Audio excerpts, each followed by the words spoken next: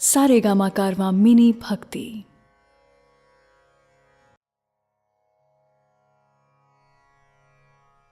भगवत गीता अध्याय 6 आत्म संयम योग। अथ षष्ठोध्यायः आत्म संयम योग। दोस्तों, हमारे कितने ही जन्म हो चुके हैं ये हम नहीं जानते, लेकिन ये जानते हैं कि इस जन्म में हम में इतनी समझ है कि अगर हम चाहें तो इस जन्म में भगवत गीता को सुन के, समझ के ज्ञान हासिल कर सकते हैं। मैं शैलेंद्र भारती इसी ज्ञान को प्रस्तुत कर रहा हूं।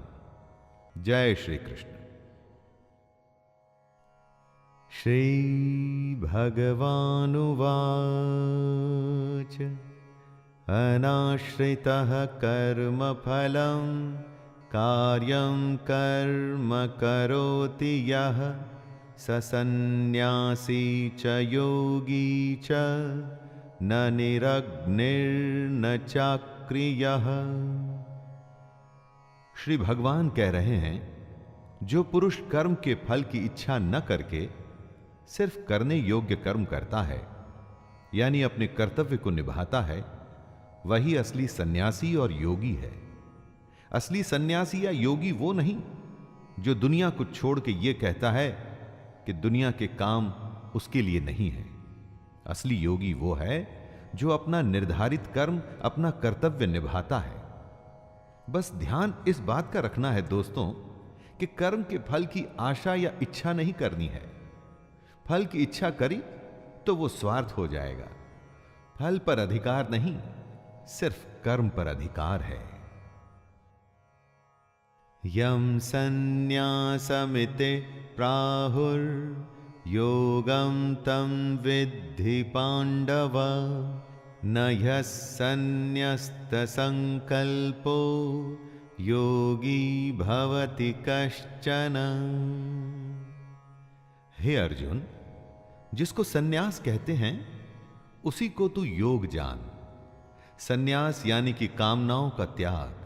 अपनी कामनाओं, इच्छाओं को तो छोड़ना ही पड़ता है, तभी उस सन्यास को योग कहा जाएगा। लेकिन इच्छा को छोड़ देने का मतलब कर्म को छोड़ देना बिल्कुल भी नहीं है दोस्तों। ऐसे सन्यासी योगी नहीं माने जा सकते। कर्म तो करना ही पड़ेगा, चाहे कुछ भी हो जाए। कर्म करते हुए जो त्याग करता है, कर्म के फल में अपना जी नहीं लगाता, उसे ही योगी कहा जा सकता है। आरुरोक्षुर्मनेर्योगं कर्म कारणमुच्यते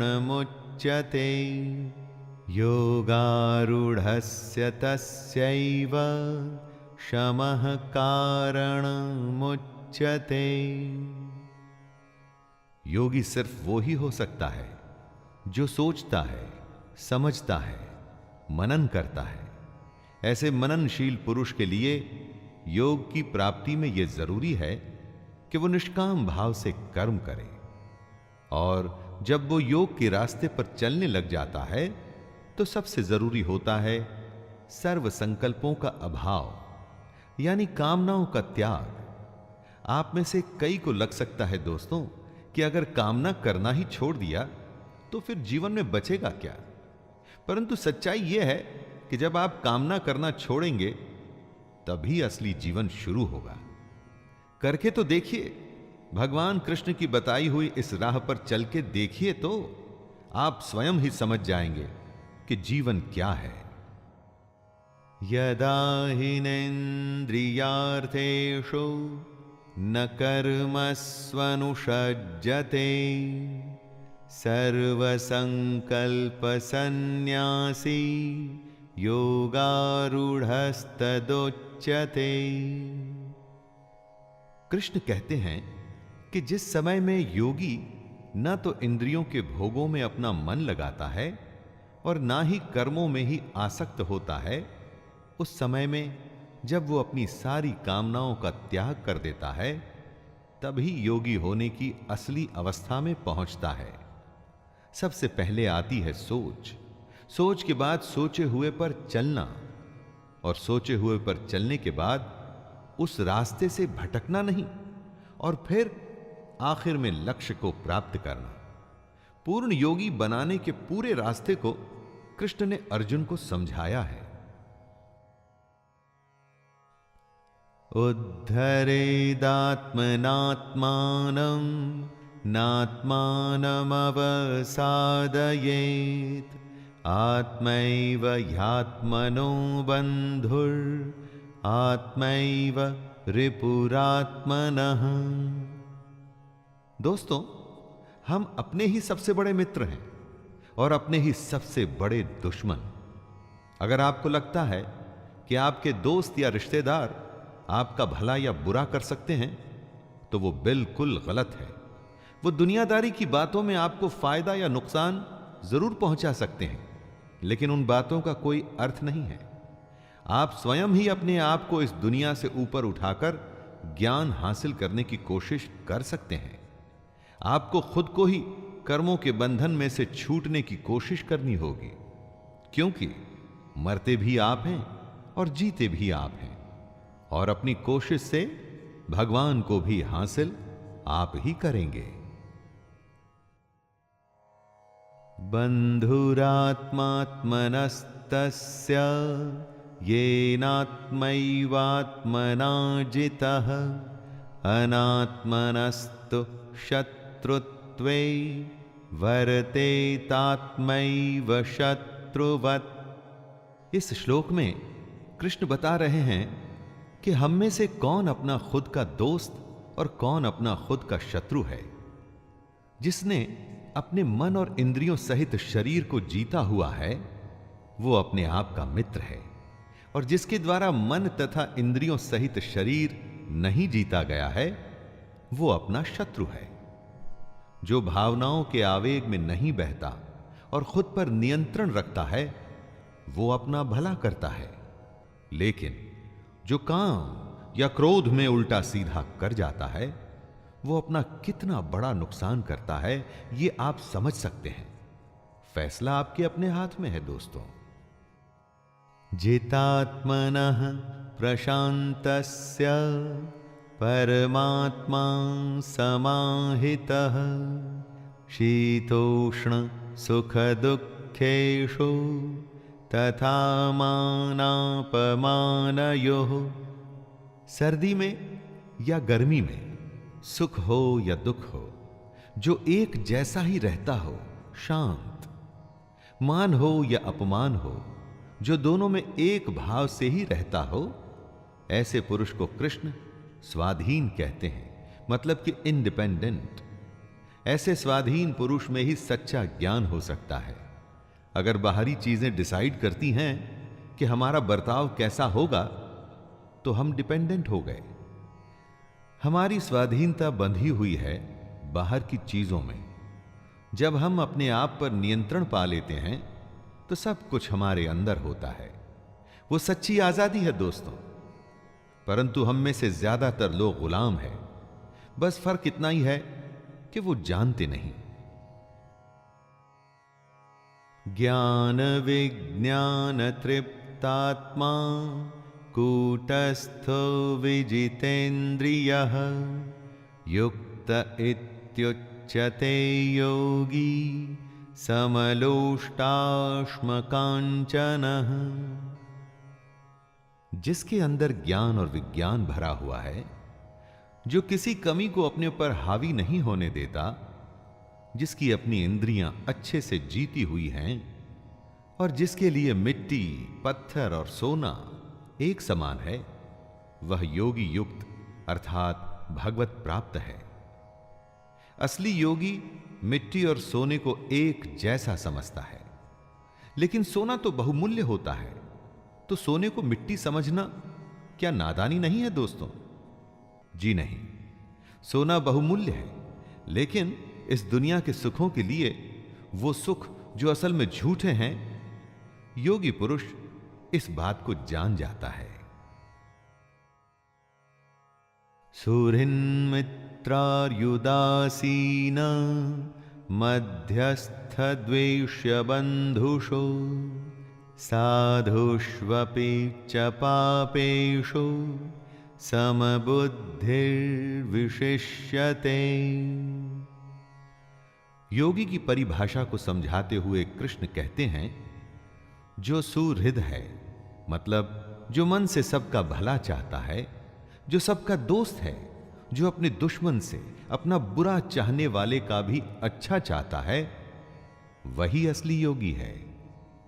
अच्छे बुरे लोगों में भेद करना हम सबकी आदत होती है, लेकिन क्या सब लोगों को जज कर पाने में आप सक्षम हैं? नहीं। जो योगी होता है ना, वो किसी को जज नहीं करता, वो सबके लिए एक जैसा भाव रखता है। साधु को अच्छा कहना और चोर को बुरा कहना तो आम बात है, वो तो हम सब करते हैं, लेकिन योगी ऐसा नहीं करता। योगी युञ्जीत सततं आत्मानं रहसि स्थितः एकाकी यच्चितात्मा निराशीर परिग्रहः। जो अपने मन और इंद्रियों के साथ शरीर को वश में रखता है, जिसने अपने मन में आशा को खत्म कर दिया है और जो कुछ भी संग्रह मतलब कि इकट्ठा नहीं करता, वही योगी है। उसे अकेले ही एकांत स्थान में स्थित होकर आत्मा को निरंतर परमात्मा में लगाना चाहिए, एक्यूमुलेट करना चाहिए। जमा करना हम सबकी आदत है। जिस तरह से जितना पैसा हम जमा करते हैं ना दोस्तों, उसी तरह से अज्ञान और पाप भी जमा होता है, जिसका के हिसाब एक दिन तो देना ही होता है। योगी समझदार होता है, वो दुनिया से दूर होकर अकेले में भगवान को याद करता है। शुचौ देशे प्रतिष्ठाप्य स्थिरमासनमात्मनः नात्युच्छ्रितं नातिनीचं चैलाजिन कुशोत्तरम्। इस श्लोक में कृष्ण ध्यान में कैसे बैठें उसका तरीका बता रहे हैं। साफ सुथरी भूमि पर घास का आसन या मृगछाल या वस्त्रों से बना आसन होना चाहिए। यह आसन ना तो बहुत ऊंचा हो और ना ही बहुत नीचे। महाभारत के समय से आज के जमाने में बहुत बदलाव आया है। घर अब वैसे नहीं होते जैसे पहले होते थे, लेकिन मेडिटेशन का तरीका तो नहीं बदला ना, और ना ही कभी बदल सकता है। आसान और साधारण होना चाहिए, जगह साफ होनी चाहिए, साथ में आसन ऐसा ना हो जो ऊंचा नीचा या हिल रहा हो, अर्थात स्थिर होना चाहिए। तत्रैकाग्रं मनः कृत्वा यतचित्तेन्द्रियक्रियः उपविश्यासने युञ्ज्यात् योगमात्मविशुद्धये। साफ जमीन पर एक समतल आसन पर बैठ के आप ध्यान कर सकते हैं। ध्यान चाहे ईश्वर का कीजिए या अपने हृदय का। इरादा होना चाहिए कि बाहर की सारी डिस्टर्बेंसेस से आप बच के खुद के अंदर झांकें। दोस्तों, कृष्ण कहते हैं कि आसन पर बैठकर चित्त और इंद्रियों की क्रियाओं को वश में रखते हुए मन को एकाग्र करके अंतःकरण की शुद्धि के लिए योग का अभ्यास करें। मन को एकाग्र चित्त करके और हमारा मन जो हमेशा इधर उधर भागता है उसे नियंत्रण में रखना है। समं काय शिरो ग्रीवं धारयन्नचलं स्थिरः संप्रेक्ष्य नासिकाग्रं स्वं दिशश्चानवलोकयन्। ध्यान में कैसे बैठें, मेडिटेशन कैसे करें, इसी को समझा रहे हैं कृष्ण। वो कहते हैं कि अपने शरीर, सिर और गले को समान एवं अचल धारण करके और स्थिर होकर अपनी नाक के आगे के हिस्से पर दृष्टि जमाकर अन्य दिशाओं को न देखते हुए बैठना है। और बैठे हुए आपका सिर, गला और शरीर का बाकी हिस्सा एकदम सीधा होना चाहिए। शरीर की स्थिरता के बाद मन को स्थिर करने के लिए आंखें नाक के आगे वाले हिस्से पर रखें ताकि और कुछ दिखाई न दे। ऐसा करके अपने मन को आप नियंत्रित कर सकते हैं, ध्यान कर सकते हैं। प्रशांतात्मा विगत भीर ब्रह्मचारि व्रते स्थितः मनः संयममच्चित्तो युक्त आसीत मत्परः। कृष्ण ध्यान की अवस्था के बारे में आगे बताते हुए कहते हैं कि साधक को ब्रह्मचारी के व्रत में स्थित होना चाहिए। ब्रह्मचारी से यहां मतलब है ब्रह्म में आचार करने वाला, नियम से यज्ञ करने वाला। मन में कोई भी भय नहीं होना चाहिए, अंतःकरण एकदम शांत होना चाहिए। ऐसा सावधान योगी मन को रोककर मुझ में अपना चित्त लगाए। बिहेवियर सात्विक होना चाहिए, किसी बात का कोई डर ना हो और मन में शांति। यही है योगी की अवस्था। युञ्जन्नेवं सदात्मानं योगी नियतमानसः शांतिं निर्वाण परमां मत्संस्थामधिगच्छति। योगी की ध्यान की अवस्था को और समझाते हुए कृष्ण अर्जुन से कहते हैं, हे अर्जुन, जिसने अपने मन को वश में कर लिया है, ऐसे योगी को अपनी आत्मा में मेरे स्वरूप को ढूंढना चाहिए। ऐसा करता हुआ योगी मुझ में रहने वाली परमानंद की पराकाष्ठा रूप शांति को प्राप्त होता है। दोस्तों, हमारी आत्मा उसी परमात्मा का ही एक अंश है। मन इस सच को हमसे छुपाने की कोशिश करता है। इसीलिए मन को वश में करना एक योगी के लिए बेहद जरूरी है। तभी ध्यान पूरा होगा, साधना पूरी होगी। नात्यश्नतस्तु योगोस्ति न चैकान्तमनश्नतः न चाति स्वप्नशीलस्य जाग्रतो नैव चार्जुन। योग करते तो बहुत हैं, लेकिन कितनों को इसमें सिद्धि मिलती है? और कौन है वो जिनको ये सिद्धि प्राप्त होती है? यही बात कृष्ण बताते हैं। हे अर्जुन, ये योग न तो बहुत ज्यादा खाने वाले का, न एकदम खाने वाले को मिलता है, न बहुत ज्यादा सोने वाले को, न हमेशा जागने वाले को ही। कृष्ण यहां अति की बात कर रहे हैं, चाहे भूख हो या नींद। अति किसी भी वस्तु की अच्छी नहीं है, बेशक वो अधिक की हो या काम की। जितनी आवश्यकता हो उतना ही खाइए, उतना ही सोइए, और तभी योग संभव होगा। युक्ताहार विहारस्य युक्तचेष्टस्य कर्मसु युक्तस्वप्नावबोधस्य योगो भवति दुःखः। योग उनके लिए आसान है जो सही आचरण पर चल सकें। जिनके लिए अनुशासन में चलना मुश्किल है, उनके लिए योग भी मुश्किल होगा। कृष्ण कहते हैं कि योग तो उसी का सिद्ध होता है जो ठीक से खाता है, ठीक से सोता है और अपने कर्मों में अपनी पूरी निष्ठा रखता है।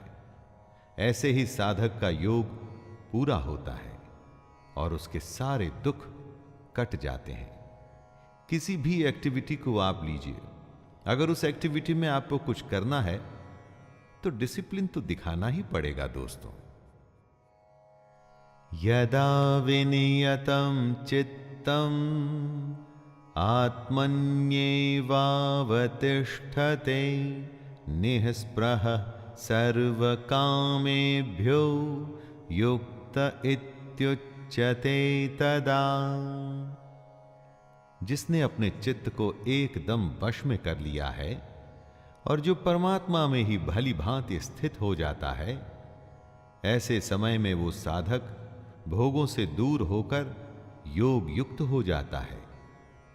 मेडिटेशन में एक समय ऐसा आता है जब आपका मन पूरी तरह से आपके वश में होता है। उसकी हिम्मत नहीं इधर उधर का सोचने की। जब ऐसी स्थिति आती है तब आप अपने आप को, अपने काम को परमात्मा में पूरी तरह से लगा सकते हैं। ऐसे समय में आप इंद्रियों के भोगों से भी एकदम दूर हो जाते हैं और यही पूर्ण योग की स्थिति होती है। यथा दीपो निवातस्थो निंगते सोपमा स्मृता योगिनो यतचित्तस्य युञ्जतो योगमात्मनः। योगी का मन, उसका चित्त कैसा होता है, इस श्लोक में उसकी बात की गई है दोस्तों। जिस प्रकार वायु रहित स्थान में स्थित दीपक चलायमान नहीं होता, जब हवा नहीं होती तो दीपक की लौ सीधे ऊपर की ओर जाती है, इधर उधर नहीं भागती। उसी तरह योगी का चित्त भी होता है। अपनी साधना में वो ऐसे रमा होता है कि उसका ध्यान कभी विचलित नहीं होता। कंसंट्रेशन इसी को तो कहते हैं, किसी काम में ऐसे लग जाना कि होश ही न रहे। यत्रो परमते चित्तम निरुद्धं योग सेवया यत्र चैवात्मनात्मानं पश्यन्नात्मनि तुष्यति। योगी के लगातार अभ्यास से चित्त ऐसी अवस्था में पहुंच सकता है जहां से वो विचलित नहीं होता। ऐसी विश्राम की स्थिति में जब चित्त पहुंचता है तो हमारी सूक्ष्म बुद्धि, हमारा इंटेलेक्ट परमात्मा के साक्षात्कार कर सकता है। इसी में योगी को सच्ची संतुष्टि मिलती है। हमेशा उसका मन यही चाहता है कि उसका ध्यान हर पल परमात्मा में ही लगा रहे। शुरू शुरू में अगर आपका मन वश में नहीं होता ना दोस्तों, तो घबराइए मत, लगातार ध्यान का अभ्यास करते रहिए और एक दिन ऐसा होगा कि ये जो मन है ना, ये आपके कंट्रोल में आ जाएगा और उसके बाद योग को करना आसान हो जाएगा। सुखमात्यंतिकं यत्तद् बुद्धिग्राह्यमतीन्द्रियं वेत्ति यत्र न चैवायं स्थितश्चलति तत्त्वतः। कुछ सुख तो होते हैं जो इंद्रियों के भोग से आते हैं, अर्थात हमारी इस दुनिया के सुख, और कुछ सुख होते हैं जिनके बारे में हम जानते ही नहीं। कृष्ण उन्हीं के बारे में बता रहे हैं। यह सुख उस परमात्मा के साक्षात्कार से ही संभव होता है और ये जो सुख है इसको हम अपनी सूक्ष्म बुद्धि से ही ग्रहण कर सकते हैं, लेकिन तभी जब हम योगी की अवस्था में आ जाएं। जिन सुखों को हम जानते हैं वो तो थोड़ी देर के ही होते हैं।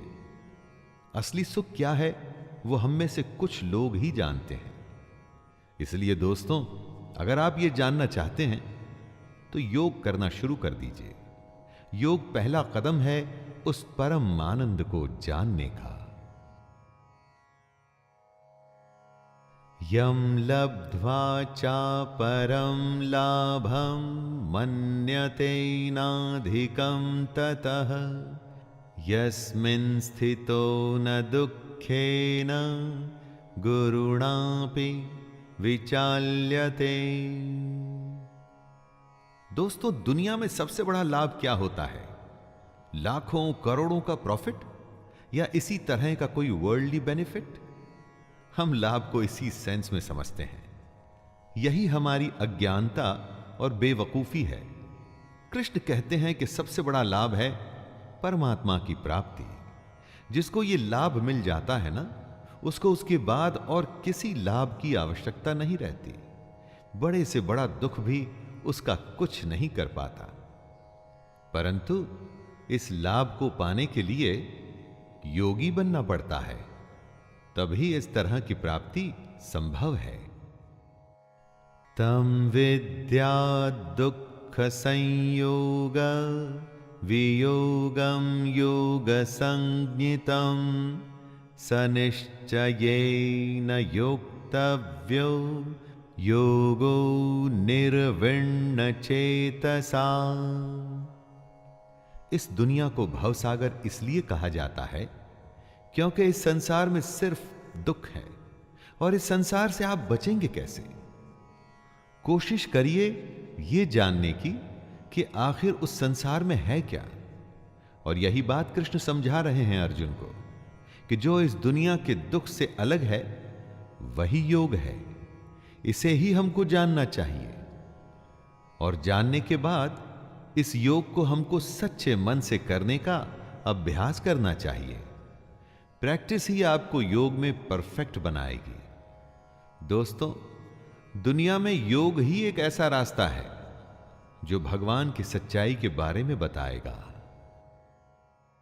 संकल्प प्रभवान कामान् त्यक्त्वा सर्वान् शेषतः मनसैवेन्द्रियग्रामं विनियम्य समन्ततः। किसी वस्तु का मिल जाना होता है संयोग, किसी वस्तु का छूट जाना होता है वियोग। संयोग और वियोग से जो परे है वो है योग। सबसे बड़े सुख की प्राप्ति का नाम है योग। इस दुनिया की इच्छाओं को छोड़कर ही इस योग की स्थिति में आया जा सकता है। और इच्छाएं तभी छूटती हैं जब मन वश में होता है। इसलिए अगर योग की स्थिति में आना है तो लालच, स्वार्थ, दुनिया के छोटे मोटे फायदे, रिश्तेदारी, मोह सब कुछ छोड़ना पड़ता है। दोस्तों, फैसला आपके हाथ में है। आपको छोटा फायदा चाहिए या सबसे बड़ा फायदा? शनैः शनैरुपरमेद बुद्ध्या धृति ग्रहीतया आत्मसंस्थं मनः कृत्वा न किंचिदपि चिंतयेत। पानी की अपनी कोई पहचान नहीं होती। जिस भी बर्तन में डालिए पानी उसके जैसा ही बन जाता है। लेकिन यही पानी जब लगातार किसी चट्टान पर गिरता रहता है तो अपना असर छोड़ जाता है। इसी को कृष्ण क्रम क्रम अभ्यास बता रहे हैं। धीरे धीरे अपनी प्रैक्टिस करते रहिए और योग की स्थिति को पाने के लिए हर रोज ध्यान करते रहिए, मेडिटेशन में बैठते रहिए। कुछ समय के बाद आप देखेंगे कि इसका नतीजा आपको दिखना शुरू हो गया है। दोस्तों, ये बात योग ही नहीं, जीवन के हर पहलू पर भी लागू होती है। यतो यतो निश्चरति मनश्चंचलमस्थिरं ततस्ततो नियम्यैतद् आत्मन्येव वशं नयेत्। आप जो करना चाहते हैं मन उसमें कभी नहीं लगता, और जो नहीं करना चाहते मन बार बार उसी तरफ भागता है। इसीलिए तो मन को चंचल कहते हैं। दोस्तों, ये कभी रुकता नहीं, परंतु लगातार अभ्यास से इसकी इसी आदत पे आप विजय पा सकते हैं। दुनिया की अलग अलग बातें इसको भगाती हैं, अस्थिर बनाती हैं।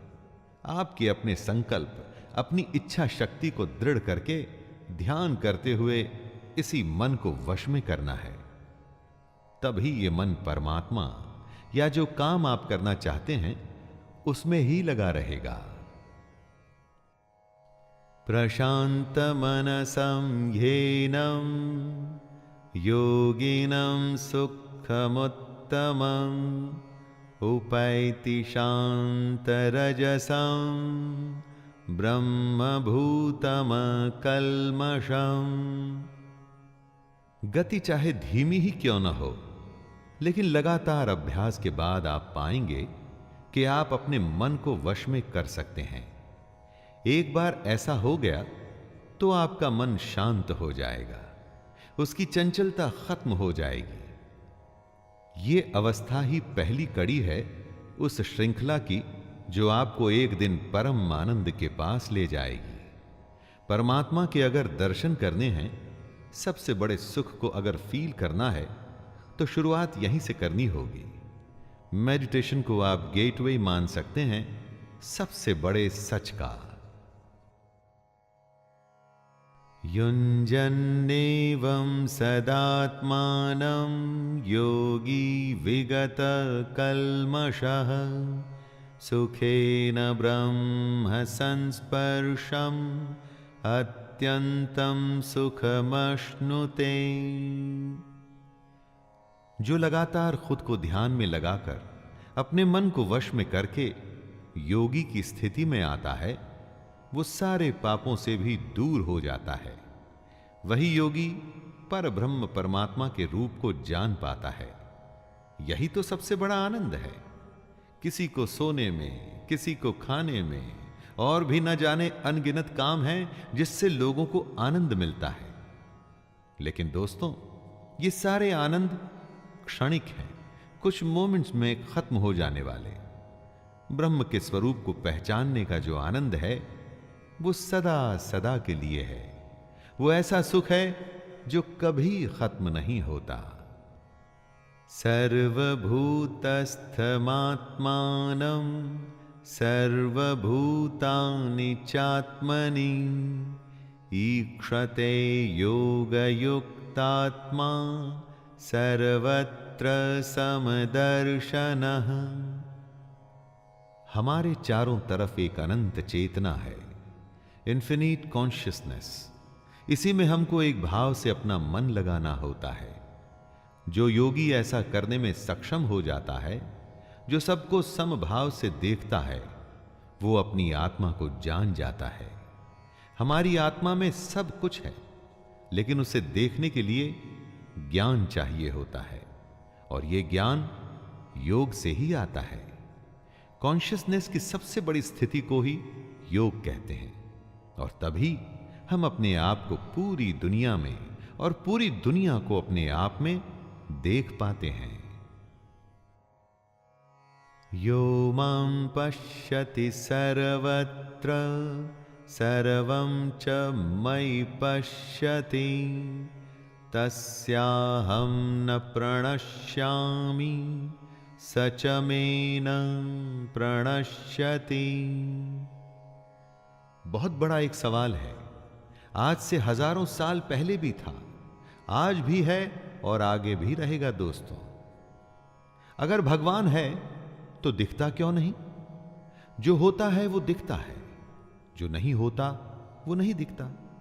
ऐसा हमारी इस दुनिया की सोच कहती है। विज्ञान अभी स्पिरिचुअलिटी के पास नहीं पहुंच पाया है। जब देखना ही गलत हो तो भगवान दिखेगा कैसे? अरे, उसे देखने के लिए योग की स्थिति में आना पड़ता है।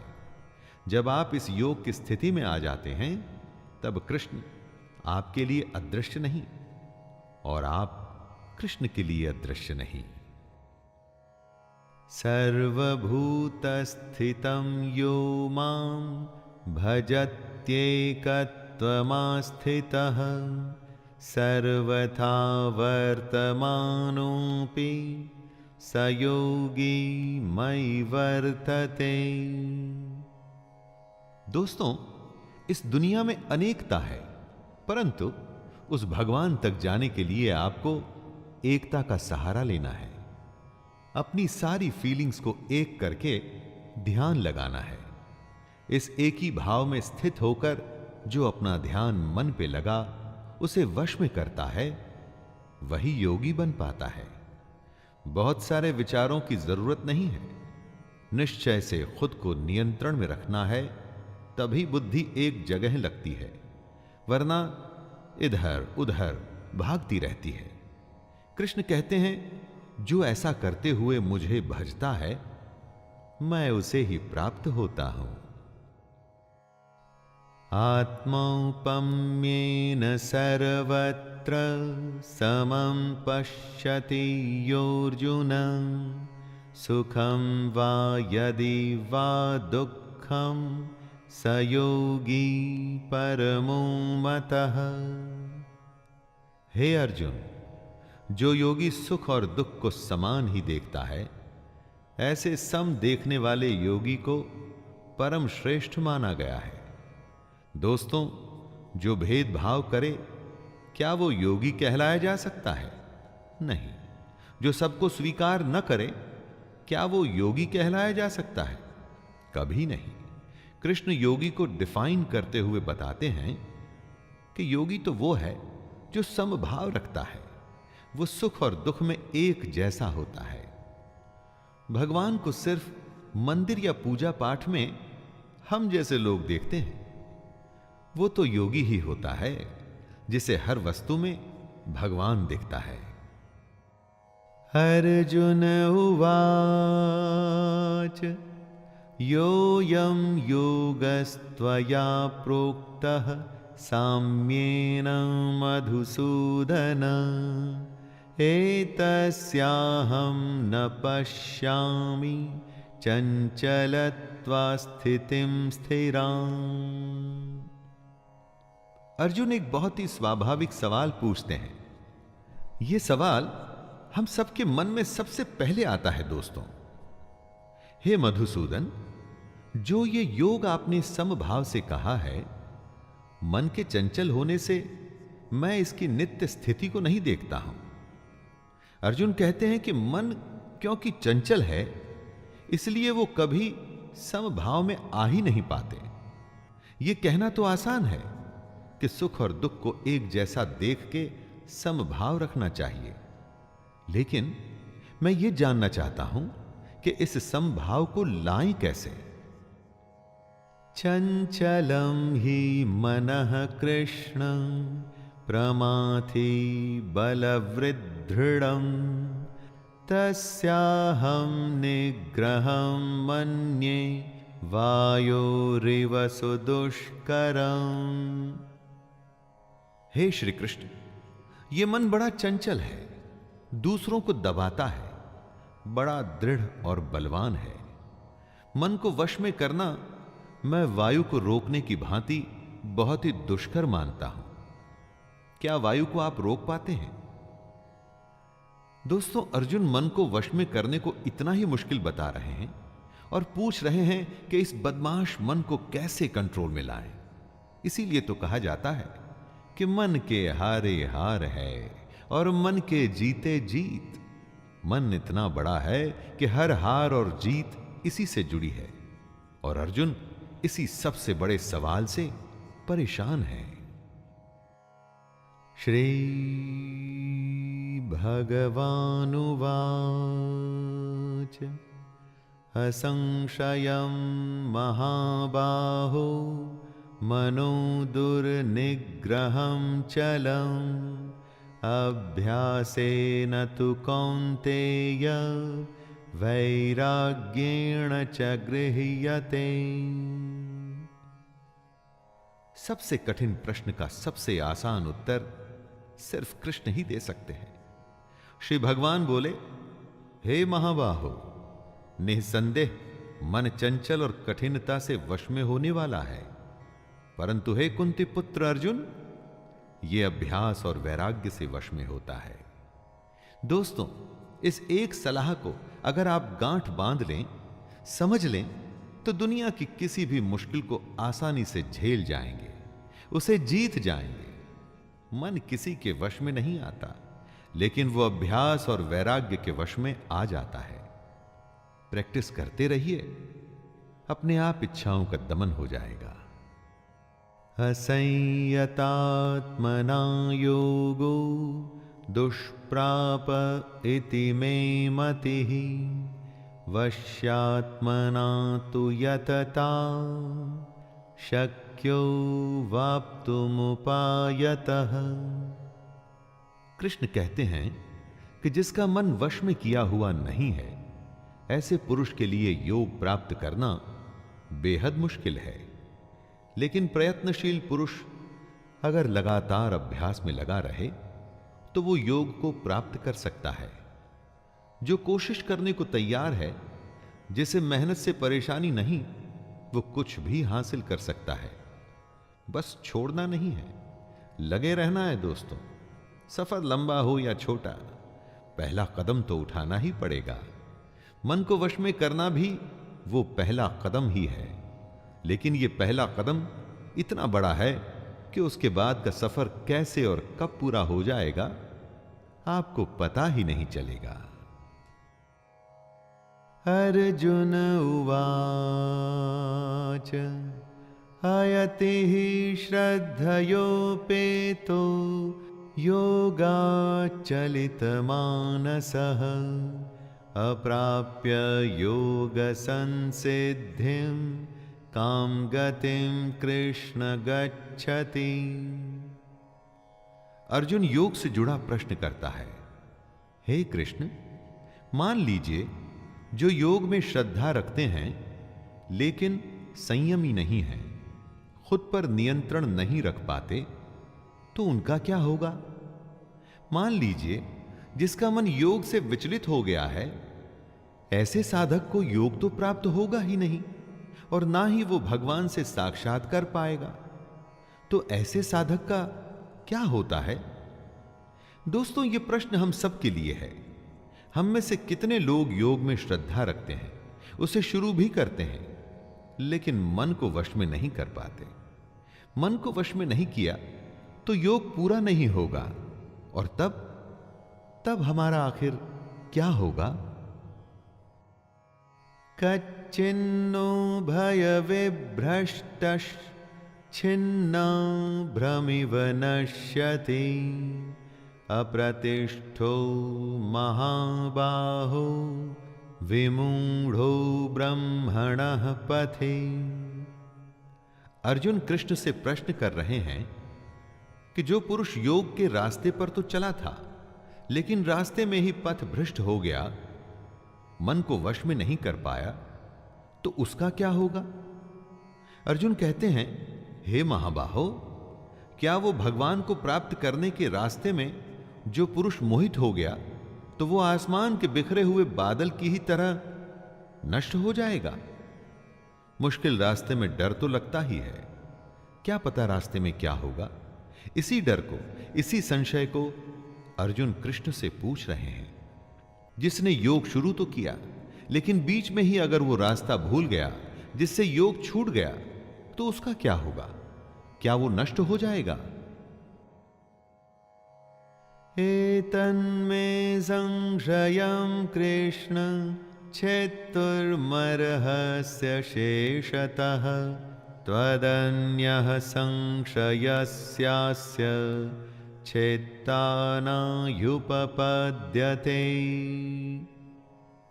योग से जुड़े अपने प्रश्न को पूरा करते हुए अर्जुन कहते हैं, हे कृष्ण, मेरे इस संशय को सिर्फ आप ही दूर करने योग्य हैं, क्योंकि आपके सिवा दूसरा इसका उत्तर देने वाला मिलना संभव नहीं है।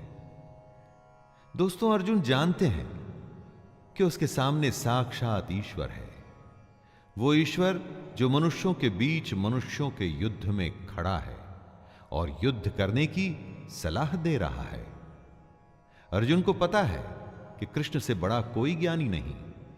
जो कृष्ण ने कह दिया वही अंतिम सत्य है। इस प्रश्न में एक तरह से अर्जुन का प्रणाम है कृष्ण को। श्री भगवानुवाच पार्थनैवेह नामुत्र विनाशस्तस्य विद्यते न हि कल्याणकृतः कश्चित् दुर्गतिं तात गच्छति। श्री भगवान अर्जुन को उत्तर देते हैं, हे पार्थ, उस पुरुष का न तो इस लोक में नाश होता है और न परलोक में ही, क्योंकि हे प्यारे, अपनी आत्मा के भले के लिए कर्म करने वाला कोई भी मनुष्य दुर्गति को प्राप्त नहीं होता। जिसने योग शुरू किया लेकिन बेचारा मन को वश में नहीं कर पाया, तो उसका क्या होगा? क्या वो नष्ट हो जाएगा?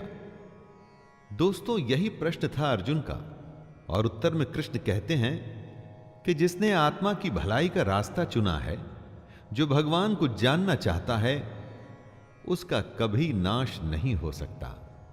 दोनों लोकों में उसका बुरा हो ही नहीं सकता। सही भी है दोस्तों, भगवान को पाने के रास्ते में जो चलता है ना, उसका बुरा हो भी कैसे सकता है। प्राप्य पुण्य कृतां लोकान् उषित्वा शाश्वतिः समाः शुचीनां श्रीमतां गेहे योगभ्रष्टोऽभिजायते। जिसने योग शुरू तो किया लेकिन बीच में ही छोड़ दिया, ऐसे पुरुष को कृष्ण योग भ्रष्ट कहते हैं। वो आगे कहते हैं कि ऐसा पुरुष नष्ट नहीं होता, बल्कि स्वर्ग को प्राप्त होता है। स्वर्ग में कई सालों तक रहने के बाद वो शुद्ध आचरण वाले श्रीमान पुरुषों के घर में जन्म लेता है। हम जहां जन्म लेते हैं, उसी के साथ हमारा भाग्य और हमारा जीवन जुड़ जाता है। सबको लगता है कि अगर वो किसी अच्छे घर में जन्म लेते तो क्या उनका जीवन अच्छा होता? दोस्तों, कृष्ण का कहना है कि अच्छे कर्मों का नतीजा ही अच्छा होता है। अगर आपने अच्छा कर्म शुरू किया, जैसे कि योग, लेकिन अगर वो छूट भी गया तो चिंता की कोई बात नहीं, अगला जन्म एक अच्छे घर में ही होगा। अथवा योगिनामेव कुले भवति धीमताम् एतद्धि दुर्लभतरं लोके जन्म यदीदृशम्। जैसी संगत वैसी रंगत। जिस माहौल में आप होते हैं, उसी के जैसे बन जाते हैं। कृष्ण कहते हैं कि जो पुरुष योग पथ पे चला था लेकिन रास्ते में भ्रष्ट हो गया, तो भी उसके उत्तम कर्म वेस्ट नहीं जाएंगे। पहले वो स्वर्ग जाएगा और उसके बाद अगले जन्म में ज्ञानवान योगियों के कुल में जन्म लेगा। कृष्ण आगे कहते हैं कि हमारा जो ये जन्म है, वो निसंदेह अत्यंत दुर्लभ है, उसे बेकार नहीं करना चाहिए। दोस्तों, कृष्ण की कई बातों पर चलने में सिर्फ चांदी चांदी है। उनके बताए योग पे आप सच्चे मन से चलिए, पार हो गए तो भगवान मिल जाएगा। बीच में ही कहीं रुक गए, अटक गए, तो भी उसका फायदा अगले जन्म में तो जरूर मिलेगा। तत्र तं बुद्धि संयोगं लभते पौर्वदेहिकं यतते च ततो भूयः संसिद्धौ कुरु नंदन। अगर सच्चे मन से आप योग के रास्ते पर चलते हुए मन को वश में करने की कोशिश कर रहे थे, लेकिन किसी कारण वो अधूरा रह गया, तो घबराने की जरूरत नहीं। आपके संग्रह किए हुए योग के संस्कार खत्म नहीं होंगे। अगले जन्म में भी वो संस्कार आप में रहेंगे और अपना सफर आप उसके आगे से शुरू कर पाएंगे। फिर से जब आप योग शुरू करेंगे तो पिछला अर्जित किया हुआ ज्ञान आपकी बुद्धि में निहित रहेगा, आप में समाया रहेगा। तो फिर फिक्र कैसी? कृष्ण को सुनिए, उसके योग में लग जाइए। ये जन्म भी सुधरेगा और अगला भी। पूर्वाभ्यासेन तेनैव ह्रियते ह्यवशोऽपि सः जिज्ञासुरपि योगस्य शब्दब्रह्माति वर्तते।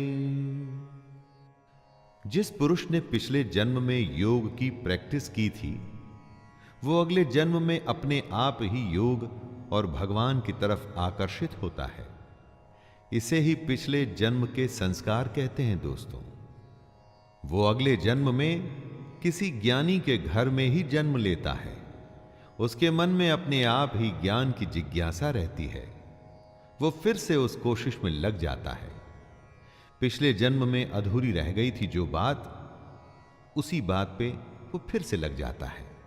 सीधी सी बात इतनी है दोस्तों कि अगर आप अच्छे काम करेंगे, सच्चे मन से करेंगे, फल में लगाव नहीं रखेंगे, तो आपकी कोई भी कोशिश कभी भी बेकार नहीं जाएगी। उसका असर कभी न कभी तो दिखेगा ही। इस जन्म में अगर आप हार भी गए तो अगले जन्म में जीत अवश्य होगी। प्रयत्नाद्यतमानस्तु योगी संशुद्ध किल्बिषः अनेक जन्म संसिद्धस् ततो यात परां गतिम्। जो अपने हर जन्म में योग की कोशिश करता रहता है, वो एक दिन परम गति को जरूर प्राप्त होता है। कर्मों के खाते को बैंक बैलेंस की तरह समझिए। अच्छा जमा होता रहता है और बुरा घटता रहता है। हर जन्म के संस्कार इस खाते में जमा हो रहे हैं। कृष्ण कह रहे हैं कि लगातार कोशिश करने वाले को एक न एक दिन उसकी मेहनत का फल मिलता ही है। योग में बीज का नाश नहीं होता। अगर आपने योग में कुछ भी कोशिश की तो उसका फल तो अवश्य ही मिलेगा। तपस्विभ्योऽधिको योगी ज्ञानिभ्योऽपि मतोऽधिकः कर्मेभ्यश्चाधिको योगी तस्माद्योगी भवार्जुन। योगी तपस्वियों से भी श्रेष्ठ होता है। शास्त्र को जानने वालों से भी श्रेष्ठ माना जाता है उसे। जो सकाम काम करता है उनसे भी योगी श्रेष्ठ होता है। कृष्ण कहते हैं, हे अर्जुन, तू योगी हो। दोस्तों, योग और योगी की महिमा का डिस्क्रिप्शन देते हुए कृष्ण कहते हैं कि योगी सबसे बड़ा होता है। कितनी ही कोई तपस्या क्यों न कर ले, शास्त्रों का ज्ञान हासिल क्यों न कर ले, कितने भी सकाम कर्म क्यों न कर ले, लेकिन योगी की बराबरी नहीं कर सकता। कृष्ण चाहते हैं कि अर्जुन योगी बने। दोस्तों, हमें भी योग को समझ उसे अपने जीवन में उतारकर योगी बनने की कोशिश करनी चाहिए। योगिनामपि सर्वेषां मद्गतेनान्तरात्मना श्रद्धावान् भजते यो मां समे युक्ततमो मतः। जितने भी योगी होते हैं ना, उनमें से सबसे श्रद्धावान योगी अपनी आत्मा से मुझको निरंतर भजता है। वह योगी मुझे परम श्रेष्ठ मान्य है। कृष्ण जी ने अपनी प्रेफरेंस बताई है दोस्तों। भजन दिखावे की चीज नहीं होती, इसका प्रदर्शन नहीं करना चाहिए। आपके आसपास के लोगों को शायद ये अच्छा लगे, लेकिन भगवान को बिल्कुल अच्छा नहीं लगता ये सब। यही कृष्ण भी कह रहे हैं। जो अपने अंतःकरण से, अपनी आत्मा से मुझको भजता है, कृष्ण को आपको सिर्फ अपने मन में रखना है। उसकी फोटो गले में टांग के नहीं घूमना, उसका टैटू नहीं करवाना है, उसकी बताई बातों पर चलना है, उसके योग को साधना है। तभी तो आप उसके प्रिय होंगे और तभी आपको वो सारी चीजें प्राप्त होंगी जो आप चाहते हैं। दोस्तों, ये था 6ठा अध्याय। जिसमें कृष्ण ने योग और योगी की विशेषताओं के बारे में बात की, हमें समझाया कि योग क्या होता है, कैसे होता है और अगर शुरू किया जाए तो कैसे कई जन्मों तक चलता है। आइए अब फिर से मुलाकात होगी 7वें अध्याय में। तब तक के लिए मैं शैलेंद्र भारती आपसे आज्ञा लेता हूं। धन्यवाद। जय श्री कृष्ण।